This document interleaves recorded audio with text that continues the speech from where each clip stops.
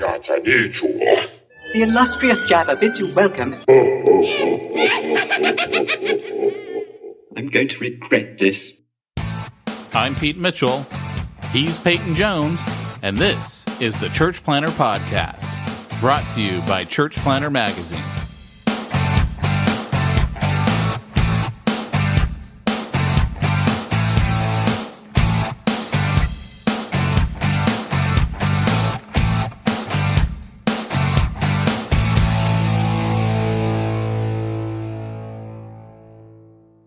This week's episode of the Church Planter Podcast is being brought to you by MoGive.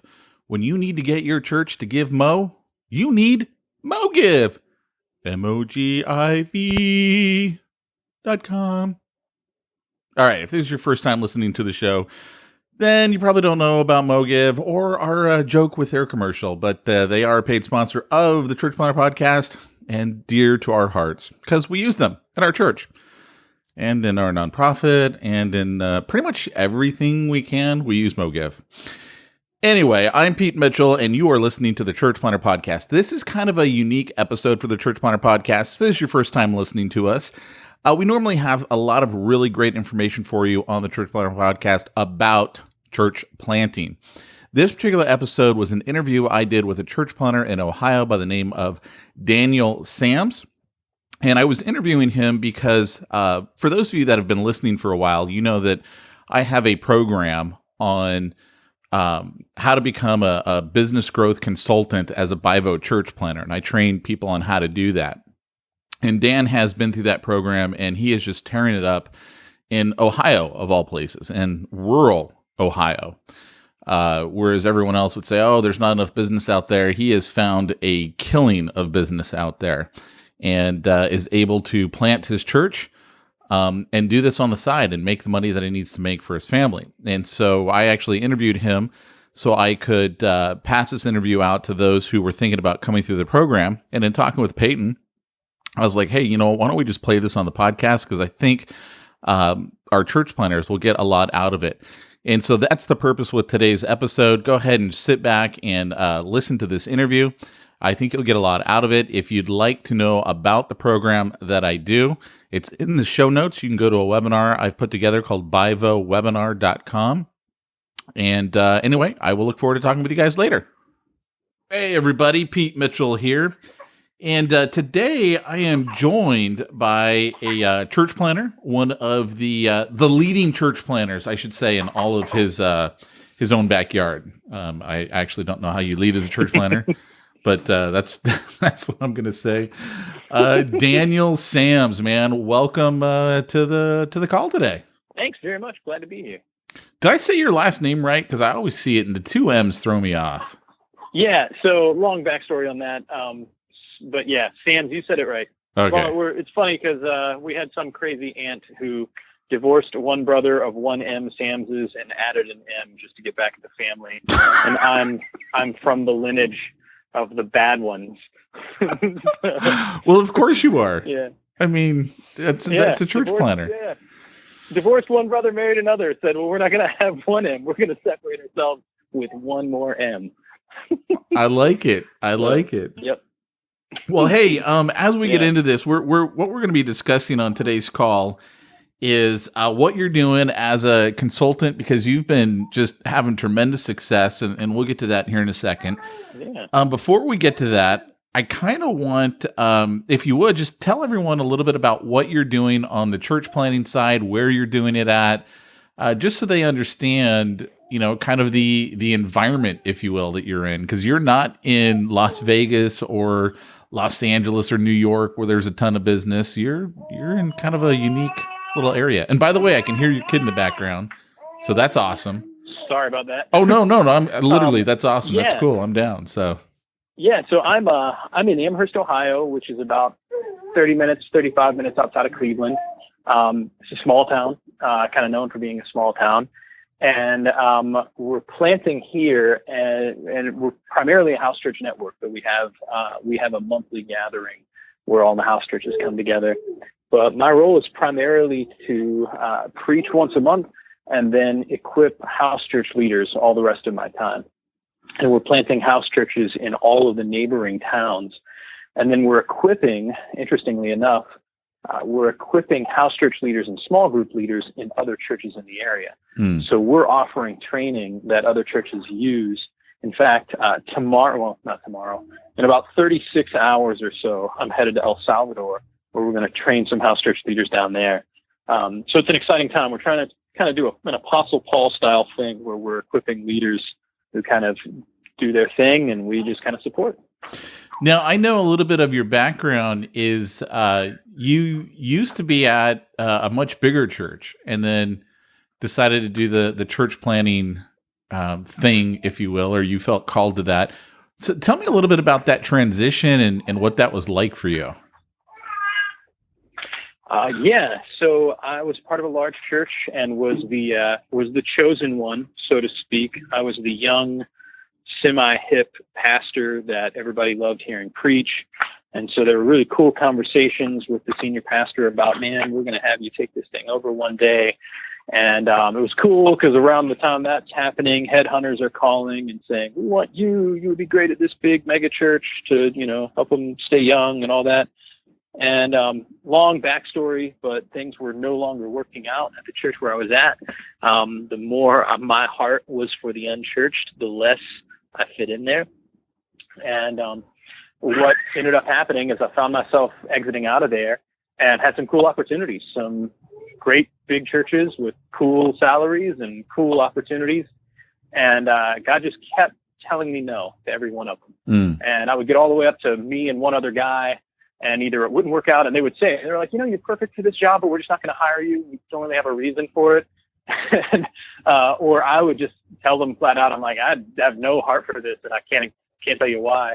And all the while, God was just warming my heart to church planting. And I'd always kind of been against church planting, honestly. Long backstory on that. I was part of a church that was building its own kingdom, and anybody else that was starting another kingdom was an enemy. And so God broke my heart, tore me up, reminded me that church planting was important, and then dropped me in it. And it's been an exciting ride. So, yeah, here I am. Wow, that's cool.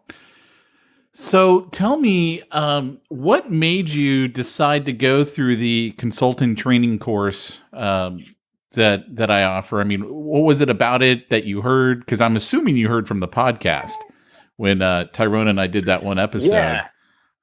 What was it about it that just made you go, you know what, I want to find out more about this? Yeah. Well, I think in all seriousness, God had been leading. When I first started church planting, didn't know what I was doing. I started listening to the podcast, heard a little bit about what you were doing in marketing, because that would pop up every now and then.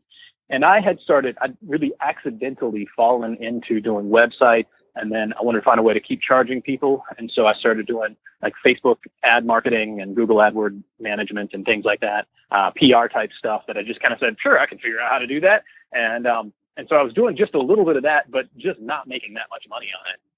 And when I heard about this, actually somewhere in there, I think you gave me a free half hour or so of advice. And you said, well, we really got to get into training and get into consulting. And I'm like, yeah, that sounds pretty good, but I don't really know how to do that. So when you did the podcast where we were talking about the opportunity to do the training, I really felt like God had been kind of pointing me in that direction for a little while already. And when I saw the opportunity, saw what could happen, that was when I was like, done, I'm going to do this. And I think I was listening and I didn't know how much it was going to cost. And I already knew, I'm like, this is something I'm supposed to do.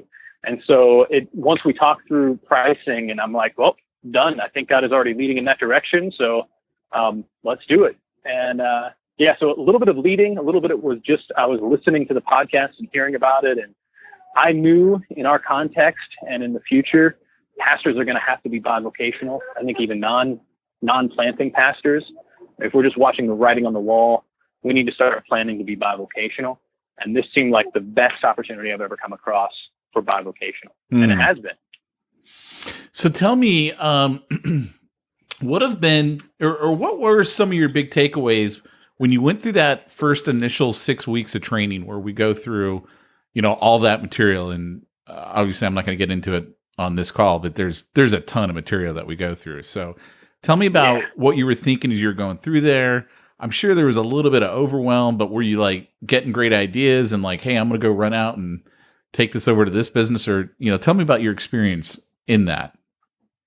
Yeah. Well, a few key things came out of there. One of them is, even though all the information is overwhelming, it's great stuff all the way through. So we would talk about a little bit of it, and it was just like, my brain started firing ideas and thinking, man, I know we could do this with a client, or I could apply it to me getting my own business. And lots of great stuff there. So even though it was overwhelming, every piece of it was cool. So I knew I was getting great content.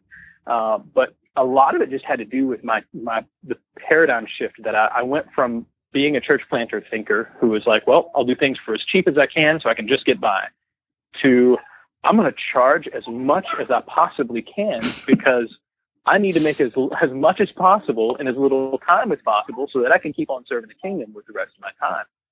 And so that changed everything. In fact, soon after, when I first started trying to do pitches to my connections and saying, hey, how about this?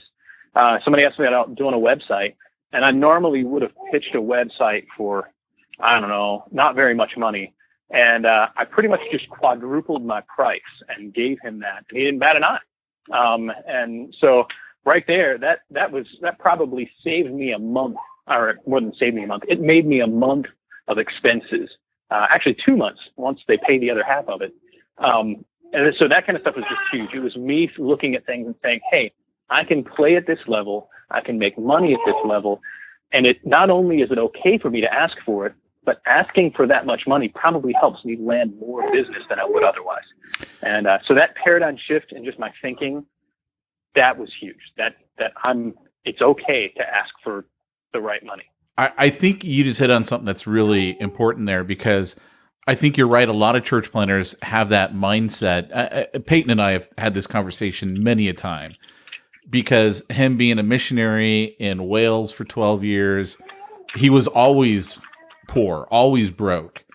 And so you have this mindset of, well, what's important to me is having the lowest price, buying the lowest priced item, whatever.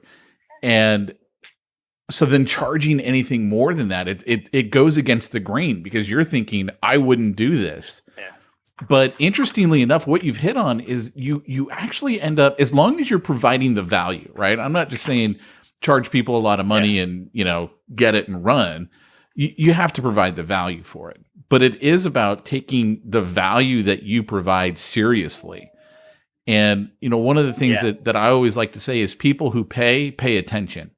And the more they pay, the more they pay attention. And every single time, I mean, literally without fail, every time I've tried to help someone out, give them a deal, it's been the worst client experience, because they don't take it seriously. They're not financially invested enough. So I think it's great that you experience that. I just want people to understand, we're not just saying too about, raising prices for the sake of raising prices, but the value is there. And what they're getting is there. But it is that mental barrier that you got to jump through and get over and be like, I can actually charge this and get it, and it's worth it. Well, and for me, when I'm being paid that much for a job, I take it more seriously. And I prioritize that. I'm putting myself into it, and I'm less stressed about it. So when the guy who got a cutthroat deal on a website calls me up and wants to make changes, it's exasperating, right? Because I'm like, I'm not making enough money on this. Yep. And I've had a couple of those holdover deals that happens. But the guy that paid the premium price, and first of all, he respects my work and doesn't want to do as many changes, right? But when he does, I'm like, no problem, sir. Happy to help you out. I'm much more encouraged and excited to do the extra work and go the extra mile for that kind of client. Yeah, it's so funny because I had one client who was only paying me about $2,500 a month, and that was it. I didn't have a retainer worked out or a commission split. This is really before I knew what I was doing, when I was first getting started. And they were working me to the bone. And I remember this one day, I had this conversation, and the client literally said to me, what are you doing for me? What are you doing for me for this $2,500? And I was literally working about 40 hours a week on their stuff. And I'm like, oh man, I'm like, Are you kidding me? You basically got me as a full-time employee for $2,500 a month. I go, if you want to be done with this relationship, I'm fine with that. Let's end it. And it was like, they backed up real quick and they're like, uh-oh, you know what? I better watch what I say to this guy because I'm going to lose him, because I was doing so much, but I was only making $2,500 and it was killing me. And I mean, I live in Southern California. $2,500 a month is not enough to do anything. I mean, that's not even my house payment. My house payment's, I think, $3,400 a month. So, I mean, what am I going to do with that? I need more than that to live.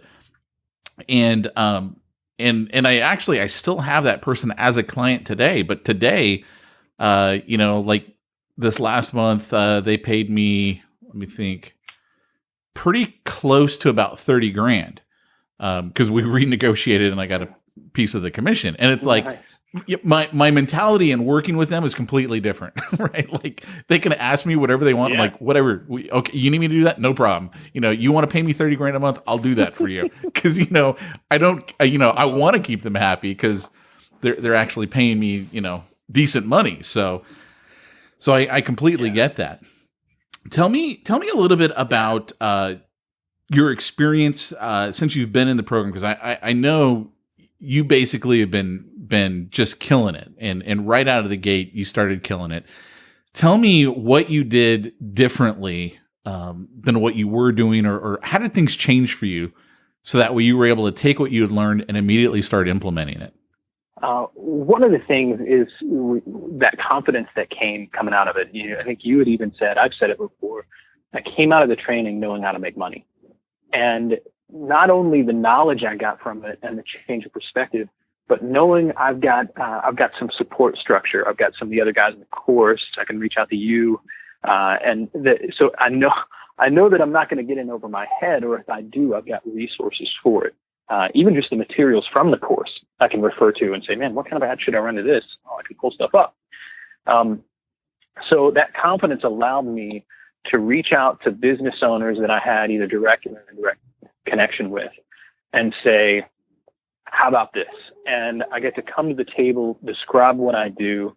And so far, I've had people not sign on, but I've not had anybody tell me no. I've had people say, man, we're not ready for that yet, but man, we'd love to have you. And I need to get better at my closing to pull those guys in. But I get to come into the conversation with confidence. And so that, I think that's a huge thing, is I just went to my current clients, applied that principle that it's always easier to sell to people already buying from you. And I essentially tried to upsell them. And then I went to the people that I'm connected with that didn't quite understand what I was doing yet. And I just said, let me just tell you what I'm doing, because I think I could help you a lot. And then we pitched that way. And I just got the word out. I used the memory jogger tool and went through, made a list of anybody I could think of, business owners, whatever, that I was connected with. And then I started reaching out to them, send a message and say, hey, love to get together, tell you what I'm doing right now. And that did really well. And just now, in fact, just this week, I did the thing where I got my CDs together, and I'm sending out CDs to a huge run of potential clients. And actually tomorrow morning, I'm going to be doing my follow-up calls with them. Some of the follow-up calls, and then I've got another buddy who, while I'm in El Salvador, is going to make some other follow-up calls for me. Actually, Tyrone says he would do some follow-up calls for me. Nice. So I'm doing all that kind of stuff, networking with other guys. I have a friend of mine who is a sales consultant up here in the area, and I just touched base with him about what he does, and he says, I need you. He's like, if we could package this together, he's like, I've got businesses right now that would love to have you as an add-on, or if I bring you in, it's a win for me. And so he's begging to sell my services. And so that kind of stuff is exciting to me. So a lot of stuff still in the works. I mean, I've closed on a lot of business, but the truth is I still haven't asked for enough money. I have settled for some lesser paying clients. I should have gone right for the jugular on a few higher paying clients.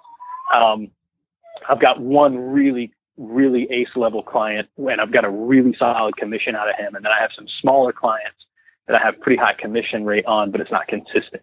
And so that's my big struggle right now, is I'm making good money, but not on the same steadiness. And it's because I haven't locked in those monthly rates with certain key people. And I'm jumping back into that. And I'm like, man, I gave away too much. Even in making and doing as well as I did, I've still given away too much, and I still need to ask for more. Yeah. And So yeah, that makes sense of what I'm doing. That seems to be working. Yeah, and interestingly enough, just a little food for thought for you for the future. The more confident you get, because that's really where most of this stems from, is we all have a confidence issue. At some point, we reach a point where we're like, you know what, I don't feel totally comfortable asking for X amount of dollars, whatever it is. And we all have that. I was having this conversation with someone who I've all about, Martin Howie, and I just made the comment to him, and I go, I realize I have that issue because I haven't just been telling people, hey, it's $25,000 for a meeting with me, basically, and that was. It's a long story what the $25,000 would cover, but I told him, I go, look, I realize I don't have the confidence, and I just have to get out there and do it. But the more you do, the more confident you get. And interestingly enough, I went out on an appointment last year, and it was for a real estate company that really wanted to recruit a lot of agents, and I really didn't want the deal. I was already busy. I was already making good money. And so I quoted them this outrageous number. I was like, all right, look, it's going to be $25,000 up front. And I think it started at like $7,500 a month. And then it went down to like $5,500 a month. And it was a 2-year agreement.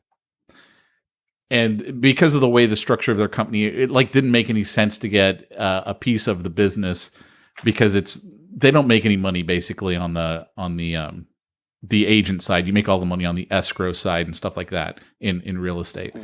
So bottom line is, I gave them that outrageous number, and I don't remember exactly what it was, but I remember them saying, well, it's like $80,000 the first year. And of course, this is not an employee, right? This is like, you get an hour of my week, a time a week from me, and I'll talk to you and tell you what to do. And so they were like, we're not going to do it. Anyway, literally they came back to me last week and was like, okay, we're ready to do that.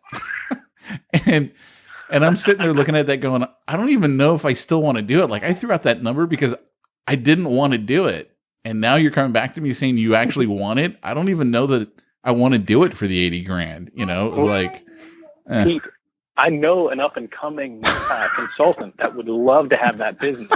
So I will jump on that grenade for you gladly. I love it. If you want to, I'll pray about it a little bit, but I think I'm willing. I love it.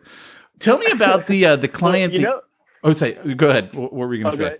I was going to say, I told one of my clients about, because he's got too much business since I started working with him, and he can't make enough product. And so I floated in the idea, and you and I might have talked about it, but I said, man, why don't you just sell the business? Like, sell, and if you got too many people coming to you, why don't you just get a percentage, get a cut, and get somebody else to do the work? And he's like, that's genius. I'm like, well, right. You did hire me, and I did learn from Pete Mitchell. There we go. But you actually hit on something there. What I think a lot of businesses don't recognize is all the hidden assets they have in their business. And that's an asset. Like, if you've got more business coming in than you can handle, then there's a lot of things you can do, because for every problem you have in a business, there's another company that has the exact opposite problem. So you have too much business, you're going to find another company out there that doesn't have enough business. It's like, hey, why don't we give this to you? You have employees that don't have enough work. Well, you have too much work. It's like, hey, let me lease your employees. Let's, there's so many different, what we call joint ventures that you can do with companies that, and that's really where there's so much power and so much leverage. And for me, that's what the name of the game is really all about. It's about leverage. It's not having to actually do all of the work yourself. Like, what I see a lot of church planners do is, it's like they have the job mentality, because that's the way we were all raised, right? You go to school, you get good grades, you go out there and you get yourself a good job. Hopefully you can get some good benefits, things like that. And then it's like they enter this church planning world, and it's like, well, I'm trying to start a church. How do I do this with my time?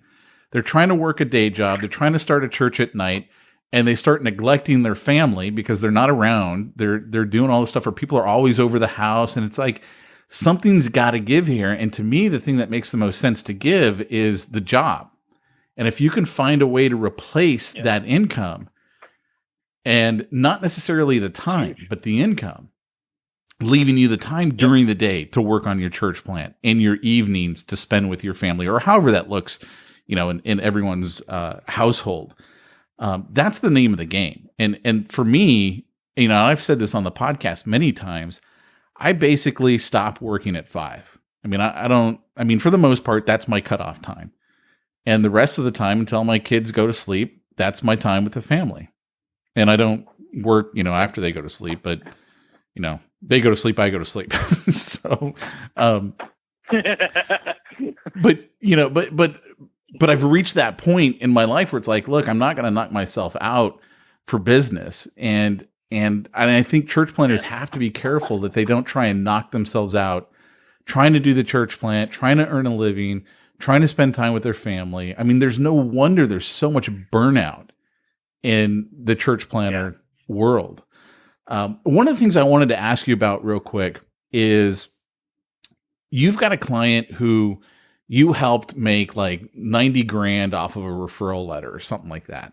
Can you tell everyone a little bit about that situation? Because that's really demonstrating the power of what you did for someone and why it's so valuable to those companies that we help.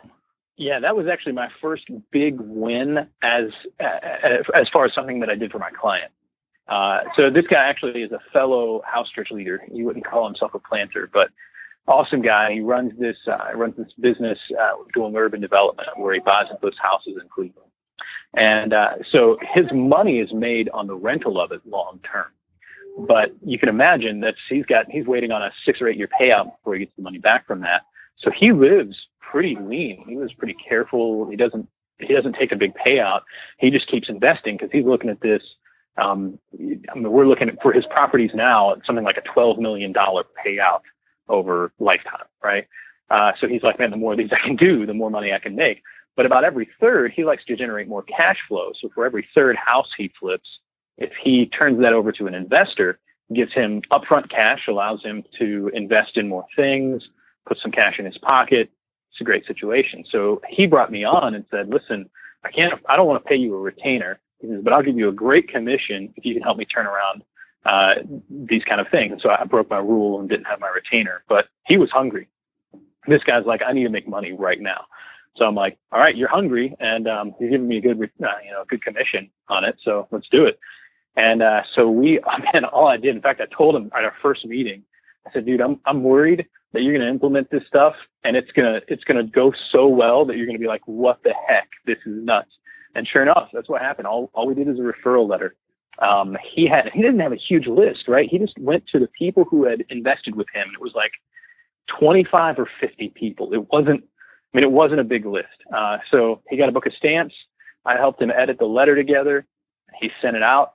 And we did some of the key things of we limited in time, limited in number. So they had to come in by a certain time and a certain number. And then we had an incentive. We were like, we're going to waive your management fees for the first year for you and whoever gets referred if you sign up by this time. And so right away, he starts moving units. He had something like 2 right away, which was the 90 grand. And actually, he has 2 more that were in queue, plus another 2 that are about to sign on. So even after the deal was over, there were more people saying, hey, we're still interested in investing. So even after that incentive we'd gotten done running it, it was still, and there's still people knocking down the door to invest with him. And so that's exciting. And we call it investment. They're really buying a house that he manages. But in fact, I think we talked about running that ad again. And the day I messaged him and say, hey, I really think we ought to run this ad again. I think we get a couple more out of it.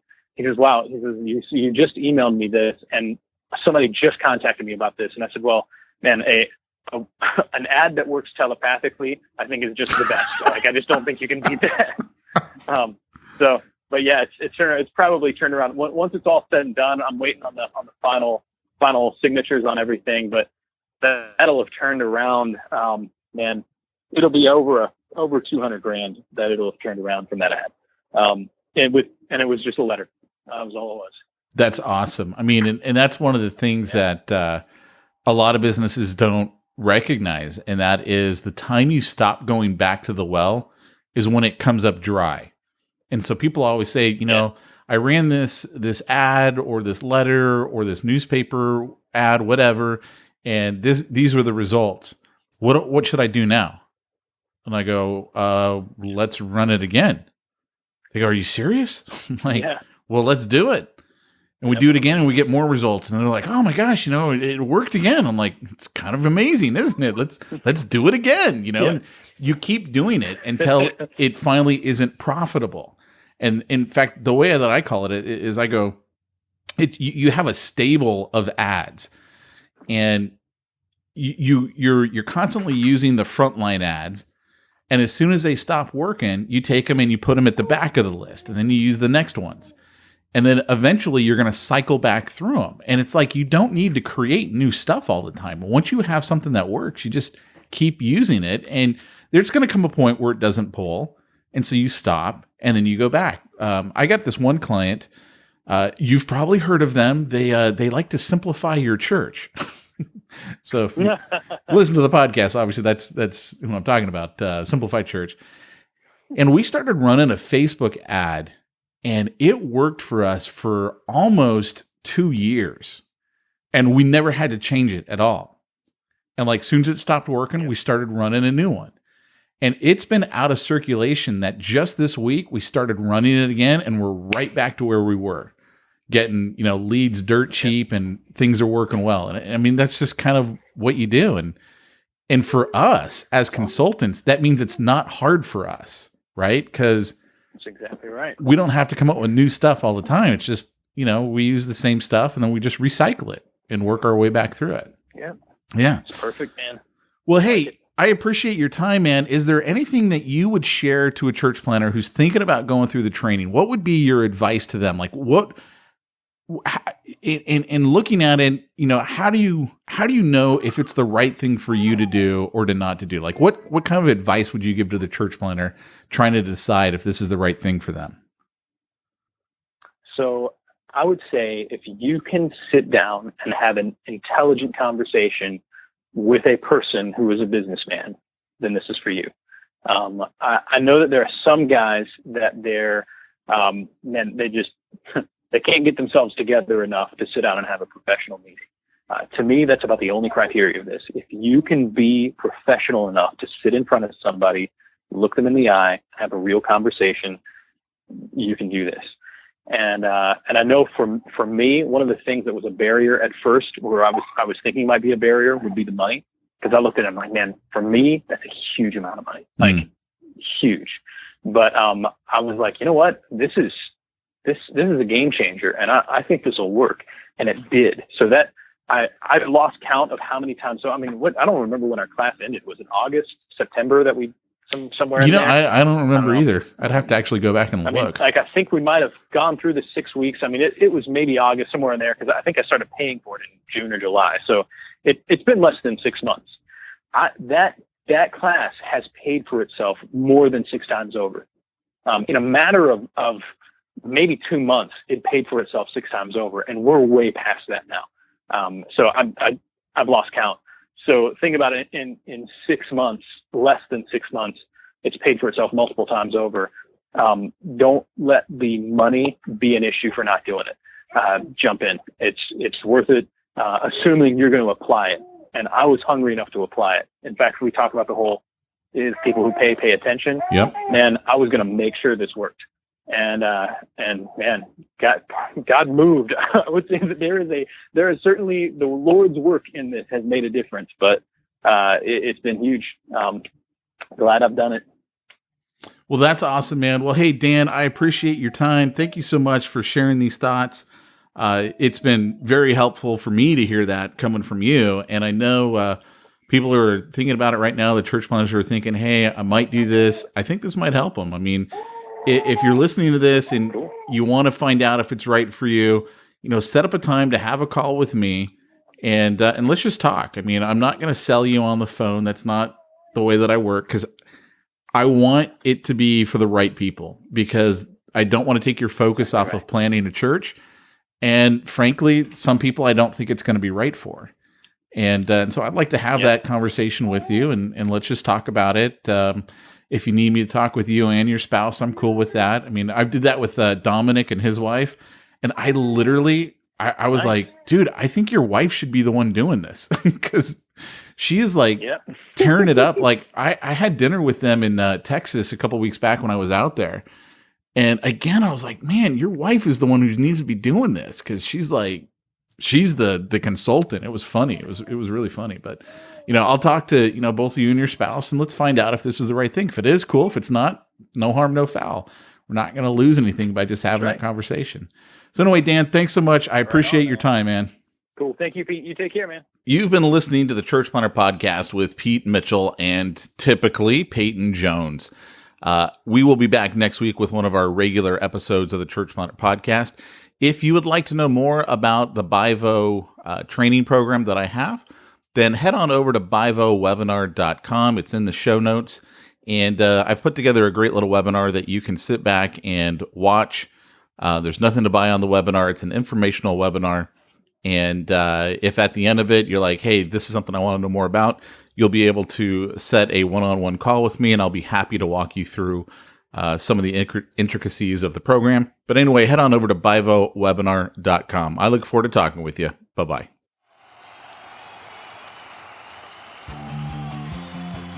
Thanks for joining us for another weekly episode of the Church Planter Podcast with Pete Mitchell and Peyton Jones. We'd love to hear your comments on this episode of the Church Planter Podcast. Visit us online and let us know what you thought at churchplanterpodcast.com. If you subscribe to us via iTunes and have enjoyed the podcast, leave us a positive review. The more positive reviews we receive in iTunes, the more iTunes will promote us to other church planners who would benefit from this show. This podcast is brought to you by the Church Planter Magazine, which is available in the iTunes newsstand or online via churchplantermagazine.com.